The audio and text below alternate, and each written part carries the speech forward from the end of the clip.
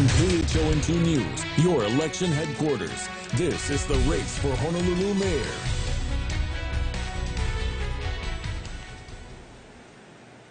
Aloha and thank you for joining us. For the race for Honolulu Mayor, I'm Gina Mangieri, and welcome to the candidates, Keith Amemiya and Rick Blangiardi. We're coming to you from the Outrigger Waikiki Beach Resort to present this debate in person in a safe environment for all. We'll get right to our questions in just a moment, but first a look at the format. Our questions come from our viewers, our newsroom, and the candidates themselves. Candidates will have 1 minute to answer the questions. At the conclusion of the forum, each candidate will have 1 minute for closing remarks.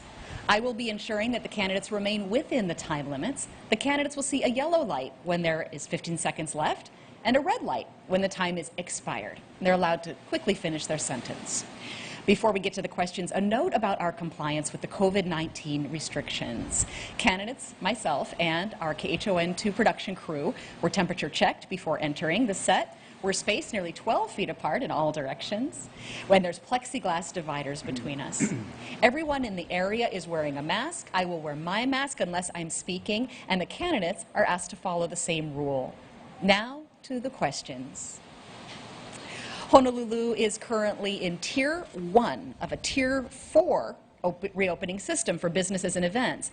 As part of the plan for us to live with COVID as the pandemic continues, do you support this system, and would you continue to use it if you were elected mayor? Mr. Blangiardi, you're first.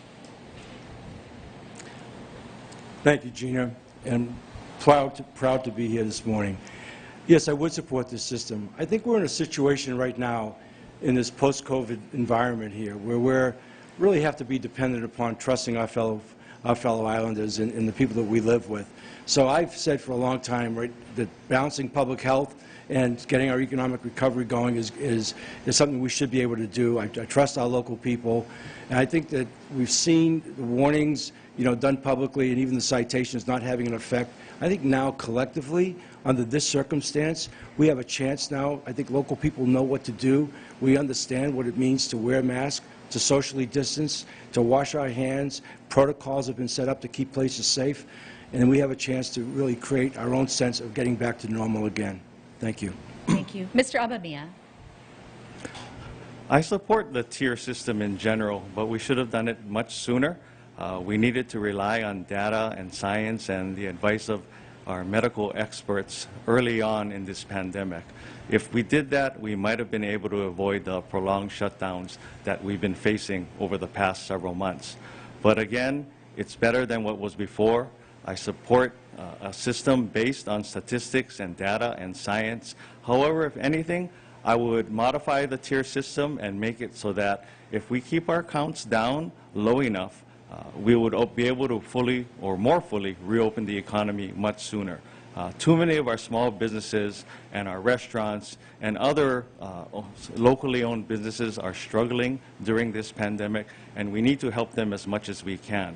Of course, the safety and health of our society and of our community is first and foremost, but we need to help out our businesses and our small restaurants as soon as possible. Thank you. Thank you. Since March, tourists visiting our islands have had to spend 14 days in quarantine. Now, tomorrow marks the reopening of tourism with a negative COVID test, eliminating the need for quarantine here on Oahu. Where do you stand on the plan by some other mayors to require a second negative test for travelers a few days after they arrive to further prevent the spread of COVID? Mr. Amemiya, you're first. Again, I would rely on the advice of our medical professionals. We need to make decisions in large part based on science and data. So if they feel a second test when our tourists return and come to our islands, then I'm in full support of it. Whatever it takes to keep our community safe and healthy from COVID as much as possible, I'm in full support of it. If the second test will also ensure that our tourists don't spread COVID into our communities and that we can bring in even more tourists and keep our tourism economy going, I'm in full support of that as well. It's clear that we're dependent on tourism. We need to bring back tourism, again, in a safe, healthy manner, in a constructive manner that's not the tourism of the past with 10 million tourists. But again, let's support our tourism industry and bring them back in a safe manner. Thank you. Mr. Blangiardi. Well, once again, public safety is at the utmost importance. And so if we can develop the second test pattern, if you will, and make it work with the incoming amount of visitors that we'll hope to see here in Oahu, then I'm going to be all in favor of that. I think there's a lot of concern at the hotel industry, having talked to the members of Local 5 on the protocols there, keeping our hotel workers safe. But even in our general greater population, that's probably the greatest concern, is now we'll have people coming into our state without quarantining. So if this is a method in which we can regain our tourism numbers, you know, we don't expect to see 30,000 a day for a long time. I think I saw Lieutenant Governor Josh Green estimated 8,500 as a projection, perhaps. We'll see, but I think safety is of the tantamount importance, and I hope that if we can make the second test work effectively, I'd be in favor of embracing it. Thank you. We have a question from one of the viewers who asks, where do you stand on rail, and what will you do to complete it? How are we going to pay for this? Mr. Blangiardi. Well, I've said since the beginning that I've always been a proponent of the rail project. It brings with it so much, not just transit and our ability to connect the west side with East Honolulu, but also what it represents in our transit-oriented development and building our communities, both in affordable rental units in our urban core, housing, and commercial development. It's a very important project. So right now, you know, we have a minute to answer this question. There are so many unknowns, and I've tried and tried to try to figure out if I could get any insight, but to be candid here, it was all speculative. We have a tremendous financial challenge. We know that. There is discord right now between our current mayor and Hart. We don't know how that's going to resolve itself, but at the end of the day, I'm in favor of building this project as projected from East Kapolei to Ala Moana, and I will do everything in my power to see if we can get the financing to take it as far and make it as good as possible. Thank you. Thank you. Mr. Amamiya. My opponent throughout the primary election advocated for rail to be paused at Middle Street. But when he got the Carpenters Union endorsement in the general election and the thousands and hundreds of thousands of dollars of TV ad buys, he changed his tune and said he wanted to complete it at Ala Moana. I've been consistent in saying that rail needs to be completed all the way to Ala Moana. Sure, I'm as frustrated and upset as everyone else about the status of the rail project up to this point, but we need to get it completed. Rail is an important part of any successful, thriving city. It's an important element of a multimodal transportation system. It's about transportation equity, giving our West Oahu residents a viable opportunity to go into town and back. It's also about transit-oriented development and building much-needed affordable housing for our residents. Thank you. Well, in the time since the original financial plan for rail, the amount of debt needed has soared, especially with the feds holding back half of the grant. The duration of the bond borrowing has stretched. And now, with the COVID money for rail, the GE tax surcharge has plummeted due to COVID, with no quick tax recovery in sight. So specifically, how will you pay for the completion and near-term operation of rail, and from what specific funding sources? Mr. Amamiya. Well, again, as I mentioned, rail is such an important project for the long-term benefit of the city and county of Honolulu and its residents. So we need to explore as many options as possible. We have 2 years or more to decide how we're going to fund the remainder of the rail project. We need to complete the utility relocation along the last leg of the rail line. We also need to complete the land acquisition along the last leg of the rail line. Let's hope that the federal government can provide additional federal stimulus money and dedicate it to infrastructure projects like rail. Let's see if the city's finances and the state economy in general improves over the next 2 years. Let's also look at modifying the rail line on the last leg, whether it's modifying stations or modifying the last leg in general to reduce expenses. Whatever we need to do, we need to work together, be creative, and complete rail to Ala Moana Center. Thank you. Mr. Blangiardi. Well, that's a great question, because the essence of that question is exactly why my opponent is saying that I shifted my position. Long ago, doing television and editorials and on both the rail and on GET, I've been a strong proponent of rail. I began to question, after several months of being locked down, how we were going to possibly finance it. And just as you said, we're estimating now over $500 million just in GET alone towards the construction of rail. We're going to need more federal money. I think the construction of the rail has been really built well, but we've done everything else wrong. And now it's time to start getting stuff right. So I don't agree necessarily we have 2 years. We have a crisis in management right now. We have the discord between Hart and our current mayor to the extent that our mayor is talking about taking the council and going directly to Washington. And we also have the FDA holding back half of the money that they owe us. We need to figure this stuff out sooner rather than later. Thank you. One of our sponsors, AARP, asks our next question. The cost of housing and availability is a top concern for many residents, for older adults who want to age in place and are concerned about accessibility and affording their home, and young professionals who are unable to find an affordable rental unit. How would you propose to improve Honolulu's approach to ensuring that affordable housing options are available to everyone, especially older adults living on a fixed income? Mr. Blangiardi, you're first. Well, the affordable housing shortage is projected by the year 2025 to be at 65,000. And within that, 22,500 are really in affordable rentals because many people can't possibly afford to buy a home here in Hawaii. Look, affordable housing and affordable rentals haven't really come to market because they're not profitable to build. So I really love Bill 7 that was signed into law May 19th last year in 2019, approved by the City Council unanimously, and then signed into law by Mayor Caldwell. And the reason why it hasn't taken off as effectively as it should has been a failure of leadership. Even DPP, in its dysfunction, admits that we could build anywhere from 9,800 to 21,000 affordable rentals. As mayor, I'm going to take this brilliant piece of legislation, enact it, and be able to make things happen now. Thank you. Mr. Amemiya. Well, if Bill 7 is my opponent's plan, that's not really a housing plan. Even the proponents of Bill 7, which has been in place for a year, will tell you that at most, Bill 7 can create 500 additional housing units a year. We need 22,000 units. That's the demand right now. I was the first, and I'm still the only candidate that has a Housing for All plan that seeks to address the 22,000 unit shortfall here on Oahu. In terms of how we're going to support and address the shortage of housing for our seniors, there's a lot of ways we can do that. We can build communal housing to cut down on costs, whether that's a shared kitchen area or a shared restroom area or a shared open space. The city can continue its practice of building more affordable rentals on city properties or acquiring older properties and converting them to senior rentals. I support all of those projects to help everyone in need during this housing crisis. Thank you. Another viewer poses our next question. With dwindling shelter space and large numbers of county residents experiencing housing insecurity during this pandemic, what other strategies would you have the county pursue to address the needs of those experiencing houselessness? And for this, Mr. Amemiya first.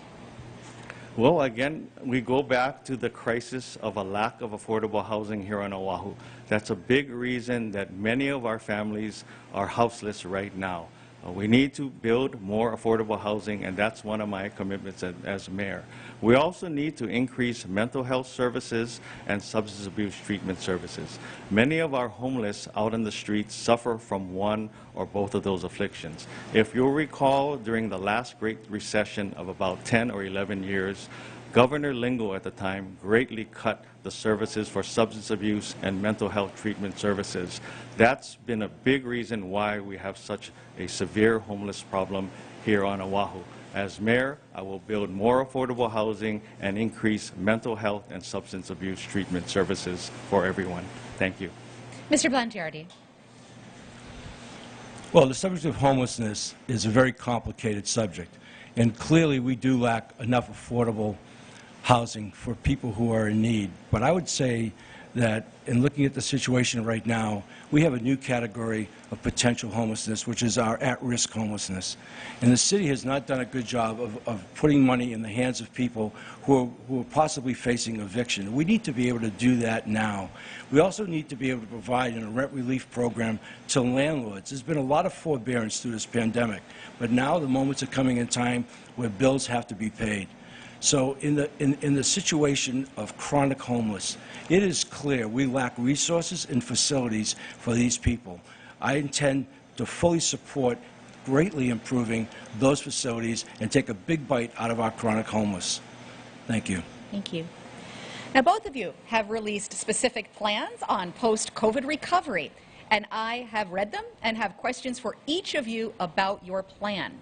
Mr. Blangiardi, first, address how you plan to handle vacation rentals. That's not mentioned in the plan itself.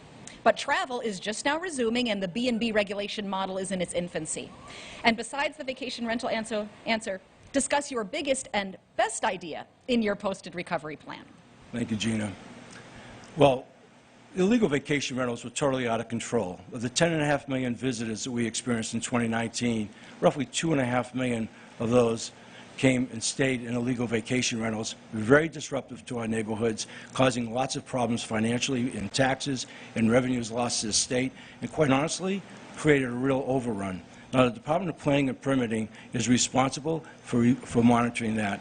And one of the things that we'll do is make sure we've got the right staffing in our DPP in order to take care of vacation rentals. I plan on strict enforcement because it's just not been good. We've talked long and hard about recalibrating tourism coming back. And I think if you want a big idea on that post-COVID, it's going to be precisely that. It is going to be about having the will as the mayor to enforce illegal vacation rentals, the construction of monster homes, or anything else that violates the fabric of our communities.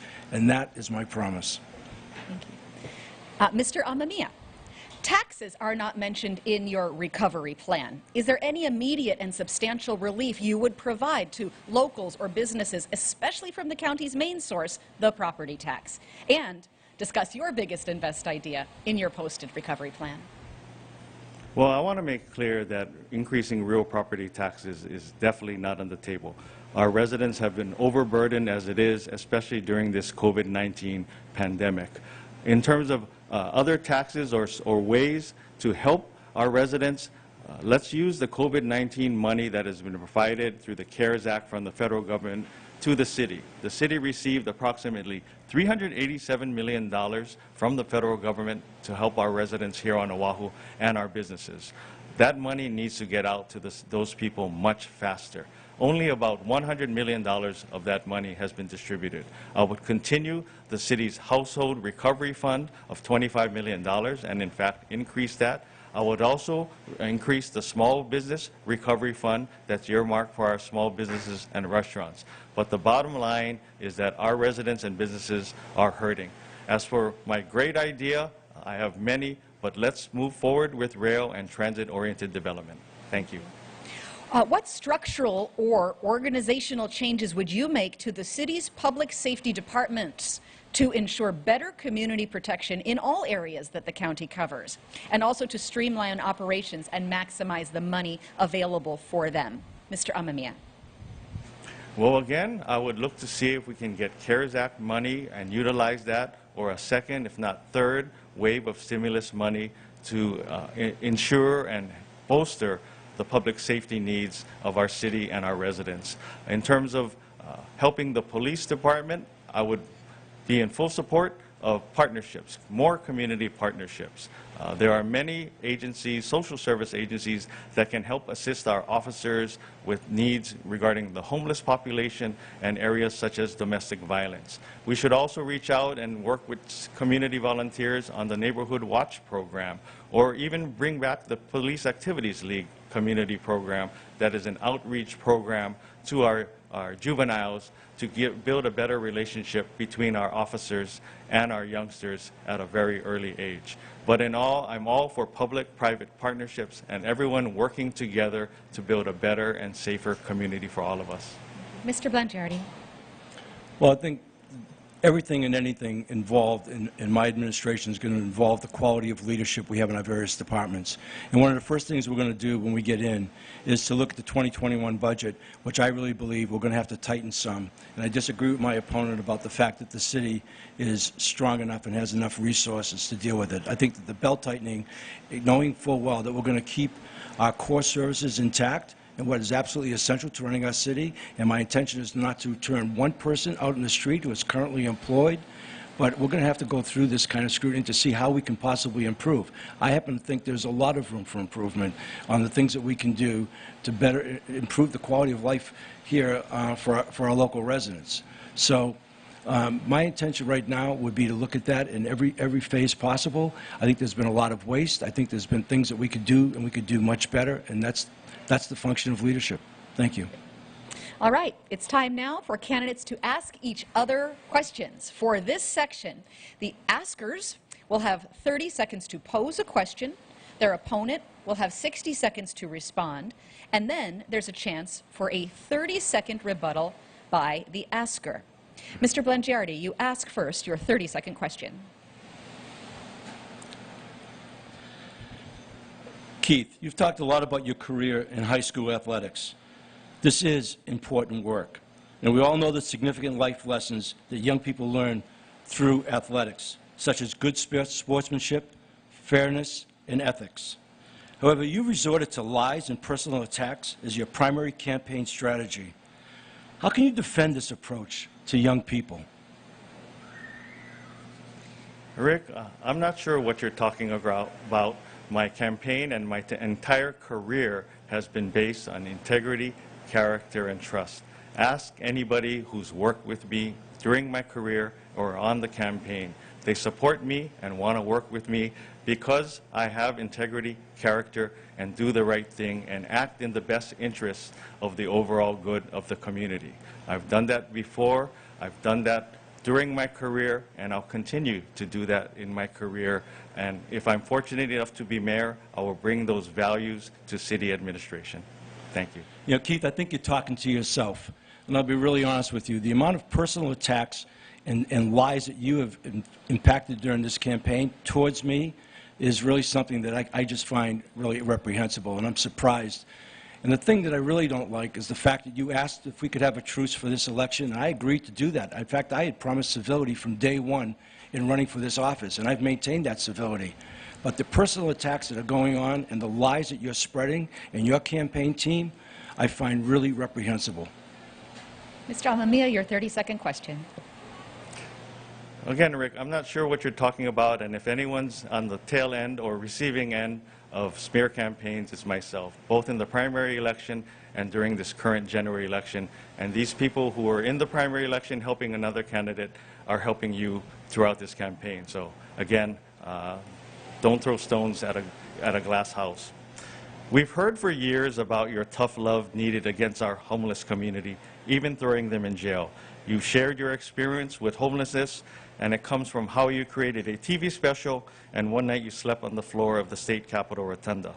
Can you elaborate on your specific examples of helping the homeless problem here on Oahu? I'll be happy to do that. You know, I've never even mentioned the fact that I slept on the floor of the State Capitol, and I've talked repeatedly about the documentaries we did because it was in public service to better educate people about the subject of homelessness. So I wouldn't denigrate those television specials because they were done in earnest to help people here, but really, more honestly, to try to empower our politicians. The tough love you're talking about is not about putting people in jail. The tough love we're talking about really has a lot to do with helping people who cannot help themselves. And if you've been out on the street and you've dealt with chronic homeless, you would understand that on a first-hand basis. So we have to provide facilities and we have to provide resources. It's legally okay to be able to pick up these people who cannot help themselves so we can help them, to be compassionate as a people, but you need to take them somewhere and give them the treatment they deserve. And that's what I mean by tough love. Rick, TV commercials or TV documentaries are nice, but those aren't specific examples of helping the homeless. I've been in homeless communities. I've worked with homeless advocates. I've worked on projects such as Kahawiki Village, which brought together public, private, nonprofit sector and government sectors to come together and build a homeless community or homeless village for 600 people, including 300 children, 144 units in all. That's hands-on work that I'll bring to the mayor's office. Thank you. And that brings us to our halfway point of the debate. We'll be right back. We at AARP Hawaii want to make sure that your vote counts. More than 2,700 ballots weren't counted in the primary election because they arrived late or because of signature problems. Here are 5 things you need to know to make sure your vote counts. Be sure you are registered and receive your mail ballot. If you haven't received it yet, go to ballotstatus.hawaii.gov. If you make a mistake, call your county clerk to get a new ballot. Don't use whiteout or your vote may not count. Don't forget to sign the envelope before you mail it. If there's a problem with your signature, verify your signature promptly. Mail your ballot early by October 27th or drop it at a ballot drop box.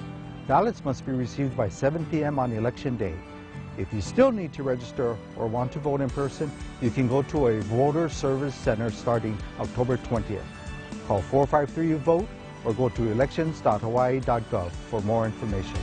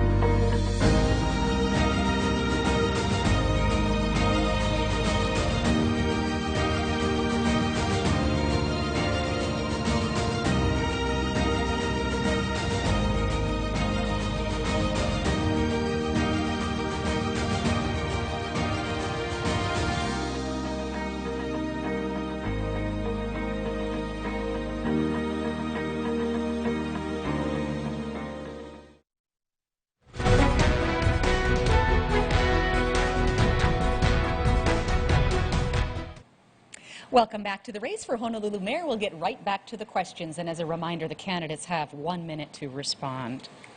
A viewer kicks things off. Honolulu received $387 million in Federal CARES Act money. How do you think the Federal CARES Act money would be best spent? And if we receive more federal funds, where would you spend it? Mr. Amamiya, you're first. Well, as I said before, the current $387 million in CARES Act funding needs to get to the people who need it most much, much faster. Only about $100 million of that money has been distributed so far. Let's get that money into the hands of families and businesses who are suffering. In terms of additional federal money, if we get more, we still need to get it to families and businesses. There's simply not enough money. The pandemic's effect on our economy is severe, the worst we've ever experienced in our lifetime. We need to get as much money as we can from the federal government into the hands of our families and our small businesses. Thank you. Mr. Blangiardi. Well, Gina, this is really a simple answer in that we need to get it in the hands of the people. And people know how to spend their money wisely, but we have so many families that have been hurting. When I first announced I was running for mayor, we had one of the lowest unemployment numbers in the country and had been enjoying that for several years. Today we have double-digit unemployment. We have people with no jobs to go back to and lots of fear and uncertainty in this community. And money can help alleviate that. We need to do that in the terms of regular families. We certainly need to do that again to our landlords to create some relief. We need to get money in the places that will stop businesses from closing and try to get us back to a sense of norm as fast as possible. So it's a really practical application. I've just been appalled, though, at the cities not in their inability to dispense this money quicker than they have. It's only added to the fear and uncertainty, and that's something I want to mitigate as quickly as possible. Our sponsor, the Council for Native Hawaiian Advancement, brings us our next question. After the legislature failed to increase the minimum wage, Mayor Caldwell increased the county minimum wage to $15. Was that the right decision, and do you support this decision or oppose it? Mr. Blangiardi. Well, I've always been in favor of increasing minimum wage, and I've talked a lot about it before. And at the end of the day, though, we are in this pandemic, at this situation with so many small businesses. If you stop and look at the profile of our businesses, 95% employ 20 or fewer people. And so even though I've been a strong proponent for raising wages in places where we could across the board, at the end of the day, that may no longer be feasible right now between employer and employee, which is also part of the reason why when I shifted on that, I asked and said that we needed to focus on the building of affordable housing. But I think, to the extent possible, we know that our current minimum wage doesn't afford anybody the opportunity, which is why we lead the nation in second incomes per capita and why we have so much strain in our community. So to the extent that employers can raise the wage, and if the government can raise it effectively, I'm much in favor of that. Right. Honolulu relies heavily on property taxes to fund the city's budget. Do you have suggestions to change the current rate structure, which has different tax penalties? My apologies, Mr. Amamiya, you get to answer. And you all had a sneak peek at the next question. Mr. Amamiya. Could you repeat the question, I will please? repeat the last question also Thank for you. our viewers. Thank you. My apologies. Thank you. The previous question was from our Council of Native Hawaiian Advancement. After the legislature failed to increase the minimum wage, Mayor Caldwell increased the county minimum to $15. Was that the right decision? Do you support or oppose it? Well, during the primary election, my opponent was on record with the Hawaii Public Health Institute saying that he opposes an increase to the minimum wage and opposes a paid family medical leave benefits for employees. I've always been in support of an increase to the minimum wage of $15. Too many of our families are hurting here on Oahu. They're forced to make impossible choices, whether it's to put food on the table or to pay rent, whether to pay a medical bill or to put gas in their car. No family should be forced to make those tough decisions. Although I'm cognizant of the suffering that businesses are going through, the suffering of our working class families are even greater. And so I support an increase of the minimum wage to $15. Thank you. Thank you. Now back to taxes. Honolulu relies heavily on the property taxes to fund the city's budget. Do you have suggestions to change the current rate structure, which has different tax percentages for homes, condos, second homes, hotels, and many other categories? Mr. Amamiya, you're first. I would need to work with my policy team and the Budget and Finance Department to determine whether there should be a restructuring of the tax classes and the tax amounts that are levied against everyone across Oahu. Clearly, my focus will be on working class families who are struggling and bearing the brunt of this pandemic. If we can further reallocate the taxes and better serve them, I'm in favor of that. I'm also in favor of tax credits for our most vulnerable, including our kupuna. They have fixed incomes, and whenever a tax is increased upon them, they have an even more difficult time, and frankly can't find the extra funding to pay for those taxes.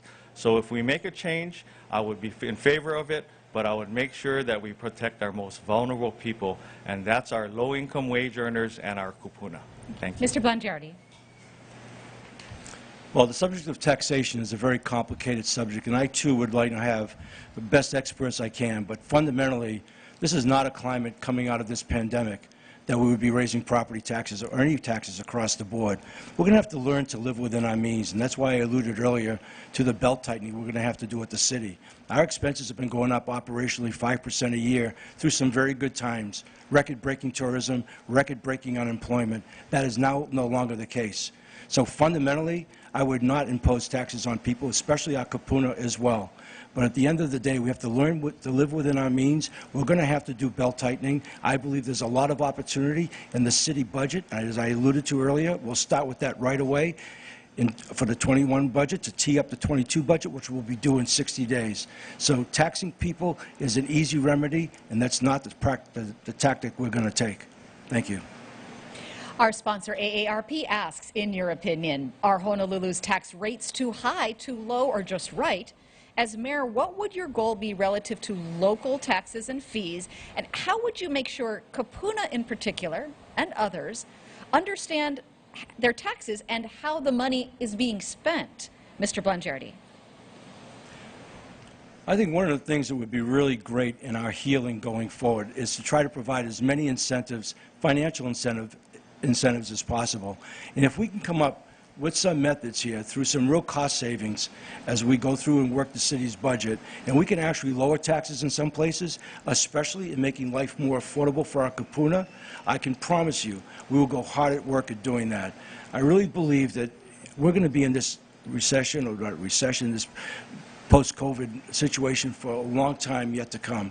And I think right now, early on, in order to build hope in people who many are feeling fearful and uncertain, we're going to have to take some strong actions and be innovative. And I'm not opposed to the possibility of lowering taxes or even creating incentives for people so that they can afford to be here and feel safe in where they are. Thank you. Mr. Amamia. Well, obviously, as mayor, I'm going to do my best to not increase taxes, and I promise that I'll make sure that the city uses your taxpayer dollars wisely. Now, whether taxes should be restructured is something, again, that should be thought about and discussed with my policy team and my budget and finance team. But in terms of what I said in my earlier answer, I remain firm. I will not increase taxes on our kupuna. I'll make sure they're protected. I'll also make sure that our lower income wage earners are protected as well. I even want to look into the possibility of giving a tax break to longtime landowners who are in areas where their property values are skyrocketing. Those are working class families, longtime Kama'ane families that live in areas like Ka'aava and Hau'ula.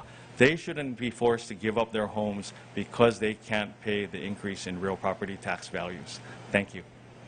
Water and sewer fees have gone up and up in recent years, and the current administration proposed and then paused a stormwater utility, which would have added a whole new department and fee.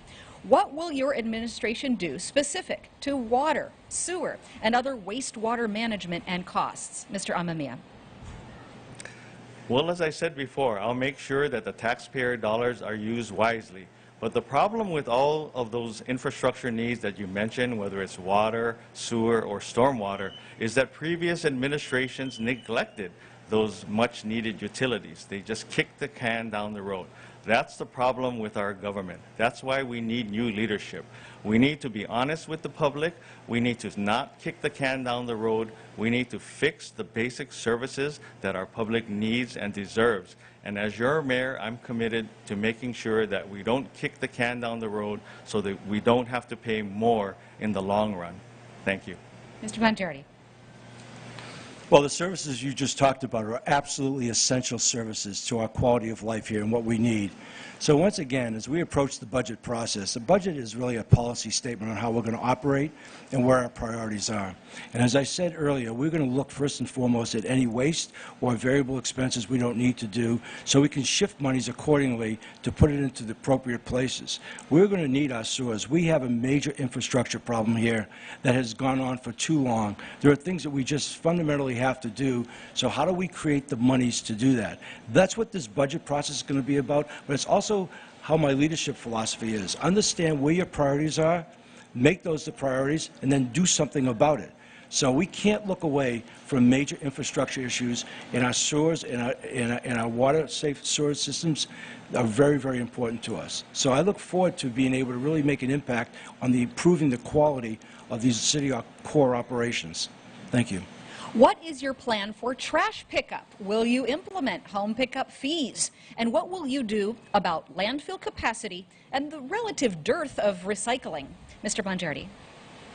Well, I'm not interested in increasing fees on any level, and obviously I think what's going on right now with our trash pickup probably could be greatly improved upon. We'll evaluate that. We'll know that.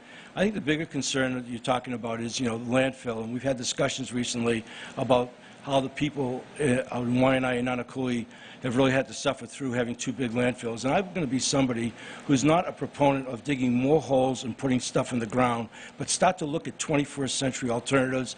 I know that there's some real interesting technology. Yes, there's a cost to that, but there's also an incredible ROI against it. We are in the first year of the third decade of the 21st century. Digging holes and putting rubbish in the ground is no longer a necessary solution. So I'm going to be looking for anything we can do to advance and improve on the quality, and that starts with trash pickup and bulky pickups. I don't think it's been done well at all, and I think that's a matter of enforcement and leadership from the mayor of the city. Thank you. Mr. Amamia. I'm not in favor of any trash fee or any other type of fee to be imposed on our taxpayers at this time. If anything, I would look at providing a tax credit to our homeowners here across Oahu who actually reduce the amount of trash they produce. That's a big issue. We talk about trash and where to put it, but we should also talk about our obligation to reduce trash. We simply make too much trash. We need to recycle and put more effort on that. We live in an island state, and we need to do our part to protect our environment, especially for our younger generations. In terms of landfills, I feel it's simply unfair that the only 2 landfills on our island are on the Leeward Coast in a predominantly Native Hawaiian community. That's simply not fair. That's environmental racism at its worst. We need to look at all possible alternatives and not just put landfills and other bad things on the Leeward Coast. Thank you. One of our viewers wrote in to ask, what is your plan to improve the lives of Hawaii's people during and after this pandemic crisis? Mr. Amamiya. There's so many things we can do, starting with reducing the cost of living. That's the #1 issue of our residents before COVID, and it's even greater right now. Let's build more affordable housing. Let's have a true multimodal transportation network. Let's have livable, walkable, safe communities all across Oahu. Let's have clean beaches and parks. Let's have more activities for our senior citizens or our kupuna. Let's have our youth sports resume sooner than later. There are so many things we have to be thankful here on Oahu. We have natural beauty, we have the aloha spirit, we take care of one another, but we can obviously do more. We must do more, and as your mayor, I promise to do that. Thank you. Mr. Blangiardi. Well, as we look to welcome tourism back starting tomorrow, I'll just simply say quality of life has so much to do with getting our people back to work. This whole episode has been top-down. It's been government dictating the rules, and we've not had the voice of business at the table, the very people who have the most to lose. And I'm a firm believer, as I said earlier in this conversation this morning, that we need to trust our local people with respect to protocols, with social distancing and wearing masks. But getting our people back to work is going to be absolutely essential. And I have a firm belief that our people will figure it out. Last week I took a visit to Zippy's.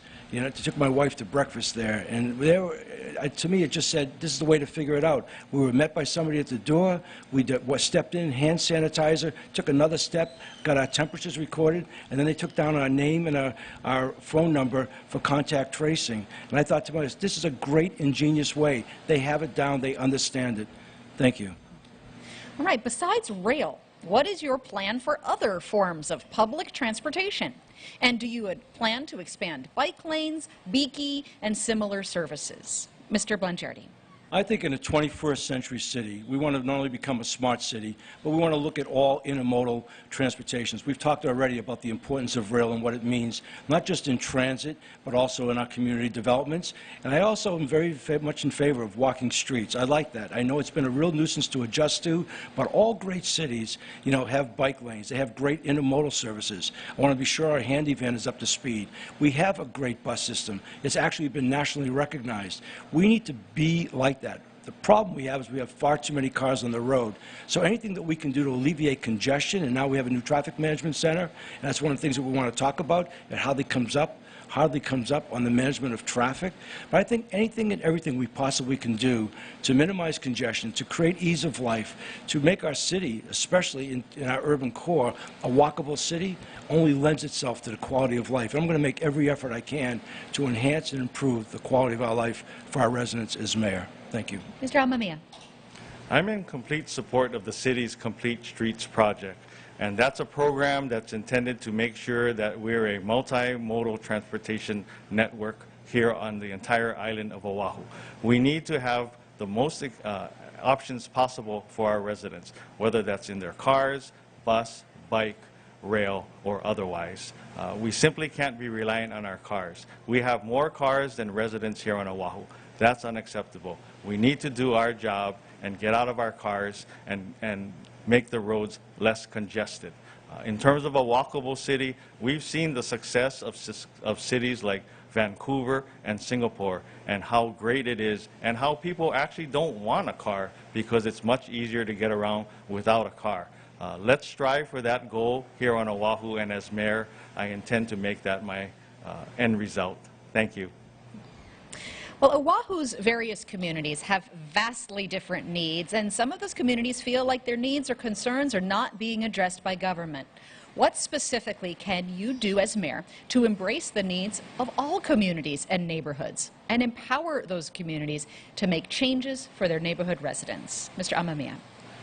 When I was in charge of the Hawaii High School Athletic Association, I had the opportunity to visit every community across Oahu many times over. Ask them, because I know their communities well, I know the leaders of those communities well. I've worked with them to provide solutions to their many complex problems. As mayor, I'll continue to do that. As mayor, I'll focus on the long neglected areas of Oahu, whether it's Leeward Oahu, whether it's the Ko'olauloa region, or whether it's Kalihi or Ewa Beach or Waipahu. I've always been committed to helping those that are less fortunate. I will continue to do so as mayor. It's not right, it's not fair that they don't get the same amount of benefits that other cities and communities have. And as a final point, in terms of the Leeward Coast, let's do our best to make sure that they're not the place that has the only 2 landfills here on Oahu. Thank you. Mr. Blangiardi. Well, first of all, I really like our neighborhood boards. It's been around for 50 years, and I think it's a great resource, if you will, to get the community involved, have the community involved. And as long as we have a process that is something that everybody can participate in, that I really believe that that could be, it is already in existence, a great source of feedback. But I also want to encourage the city council members. The city owns a lot of property and a lot of each of the council districts, and I hope to actually establish and encourage the city council members to have offices there. We want to definitely, have that ear to the ground, keep involved. But I think the fundamental problem in listening to where the dysfunction has been and where the outrage has been is that the processes have been violated. People felt that they were not brought in, they didn't have the right voice, and management or government in this case, overrode their best interests. So I want to extend throughout all of Oahu and make sure we have a fair and equitable process in everything we do to engage each community. Listening to each of you answer that question, it brings to mind the opportunity to work with the neighborhood boards, but also the city council. And we'll have quite an overhaul of the city council with new faces, fresh faces in both regards. What have you observed about how the current administration and council works together? And what would you in particular seek to change in terms of your style with them and the partnership you could have with the lawmakers of the county? Mr. Blangiardi first. I'm very much looking forward to embracing a new city council. I've been discouraged that my opponent here has managed to ask for the endorsements of some of the council members and sort of lined up. To me, that sort of is contradictory in the spirit of what we're talking about and creating a esprit de corps, creating a cohesive government that works in alignment for the best interests of the people. But that said, I welcome the fact that there will be 5 new council members. I actually have worked with key department heads throughout my entire career, and my style of management has always been participative. It's been collaborative. I'm not always the one that gets his way or has his final say. And I'm actually very encouraged the fact that we have this infusion now of 5 people coming on board to create a different dynamic. As far as evaluating what's gone on, I've chosen not to be too critical of Kirk Caldwell, but clearly the function, if you will, the functionality between our city council and our current mayor has not been good. It's been less than ideal. Thank you. Mr. Amamia. I'm proud and honored to have the endorsement of 5 of the current 9 city council members, and I'm sure if my opponent got their endorsement, he'd gladly accept it as well. But I look forward to working with the new city council in January. I have a good relationship with many of them. I look forward to working with all of them. It's incumbent upon the mayor and the city and county to get along. Far too long, there's been rifts between the city council and the mayor, and that's gotten in the way of getting things done for our general public, for our working class families. As mayor, I'm committed to working side by side with our city council to get the job done for the general public. In terms of a broader perspective, I'm in full support of an Office of Community Engagement. Too many times, the voices of our communities haven't been heard. That office will go out, listen and learn, and work together with our communities to solve the many problems that they're facing. Thank you. All right, the candidates now have one more opportunity to ask each other questions. Again, the asker will have 30 seconds to pose their question. Their opponent will have 1 minute to respond, and then there's a chance for a 30-second rebuttal. Mr. Amamiya, you ask first.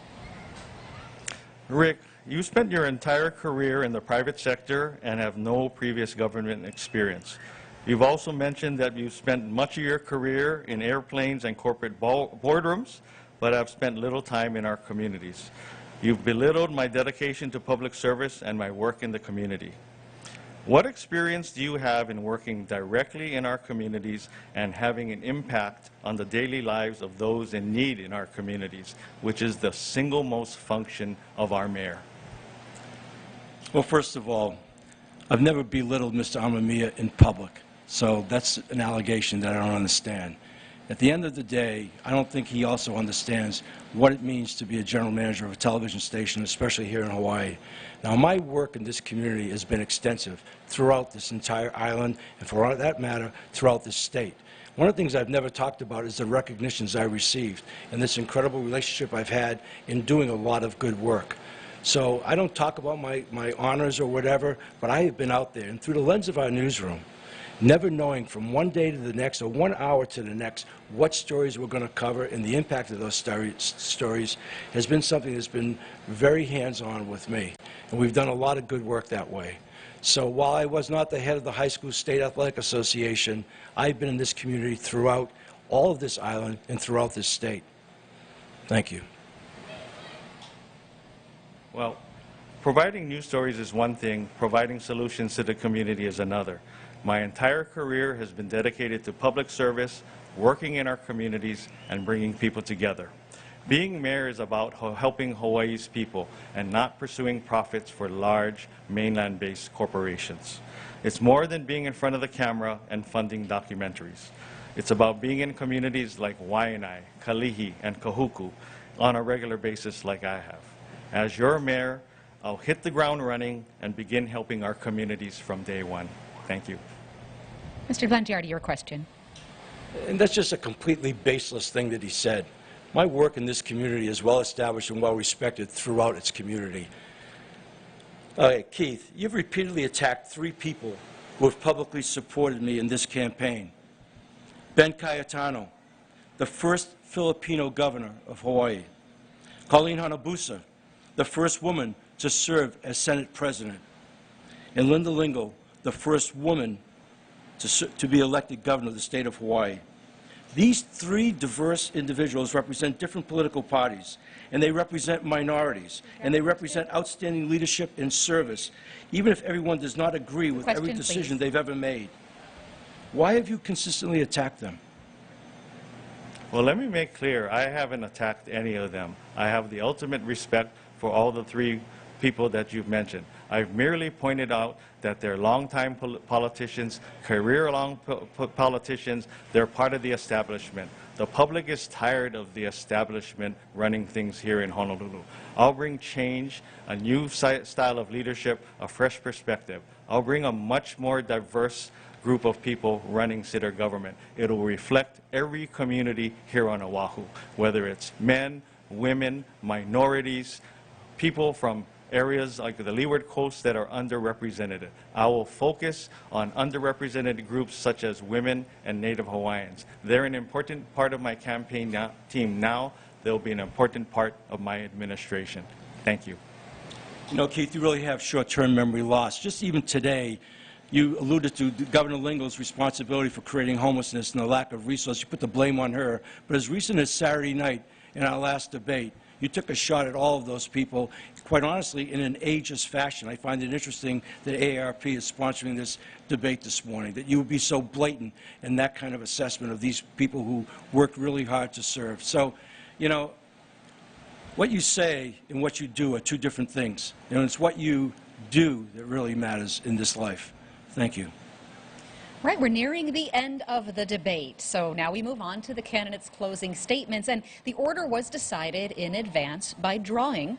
Mr. Blangiardi, you're first. Thank you, Gina, and thank you again to KHON. I'm deeply honored by the support I have received from diverse individuals and organizations across our island. including from members of both major political parties. And if elected, my administration will represent the diversity of our islands and our state. We are the most diverse place in the world, and we are a role model for all. This election is important in determining the future of the city and county of Honolulu for the next 4 years, and I believe for a lot longer after that. It will be a time of unprecedented challenges, there's no question, including problems that have been developing since before the pandemic. I am ready to dive into those challenges, and I am ready to put the people of Oahu first and foremost to better their lives. So I want to mahalo to KHON tonight for this debate, and I humbly ask for your vote, and I would be honored to serve as your mayor of the city and county of Honolulu. Thank you. Please take a minute 10 to match the time for Mr. Vangiardi to Mr. Amamiya. Sir. Mahalo for this opportunity. This election isn't about you. It isn't about me. It's about us working together to create a better Oahu. My entire career has been dedicated to public service, working in our communities, and bringing people together. Oahu is my home, and I pledge to you to give my heart and soul into everything I do as your mayor. COVID-19 is an unprecedented challenge, but we've had challenges before and overcome them. And as your mayor, I promise to work together with all of you to make Oahu as best as it can be and as strong as it's ever been. Mahalo again for this opportunity, and I humbly ask for your vote. Aloha. And with those final remarks from the candidates, we thank you so much for participating, to both of you. And we thank our sponsors, the AARP and the Council for Native Hawaiian Advancement, which both have messages to share with our voters. The health and financial security of voters over 50 are on the line in this election. AARP Hawaii is fighting for your voice to be heard and for you to make an educated choice when you vote. From preventing cuts to Social Security to creating an age-friendly Honolulu, you should cast your vote on issues that matter to you. That's why AARP Hawaii is sponsoring tonight's mayoral debate. Thank you for watching, and remember to vote safely and return your ballot early. Aloha kākou. The 2020 election is upon us, and it's time for us to decide who's our next mayor. Platforms like this are critical at giving you a glimpse into these candidates and what they stand for and whether they align with you. With an unstable economy upon us, Honolulu's next mayor will no doubt have a tough hill to climb. We wish all the candidates all the best, and we want to encourage all of our lahui to get out there and vote. Make sure your voice is heard. Mahalo for tuning in. And that brings us to the end of our debate, featuring the race for the Honolulu mayor. Thank you to the candidates, Mr. Keith Amamiya and Mr. Rick Vangiardi, for participating. And we thank you all at home for watching. Now, the ballots have been mailed out with results on Election Day, Tuesday, November 3rd, starting at about 7 p.m. That's when the Office of Elections has to receive all of the ballots. If you're mailing it, do it about 5 days early to make sure it gets counted, or just drop it off at one of the voter service centers or any of the ballot deposit locations. We've got all of the how to vote information on our website, khon2.com.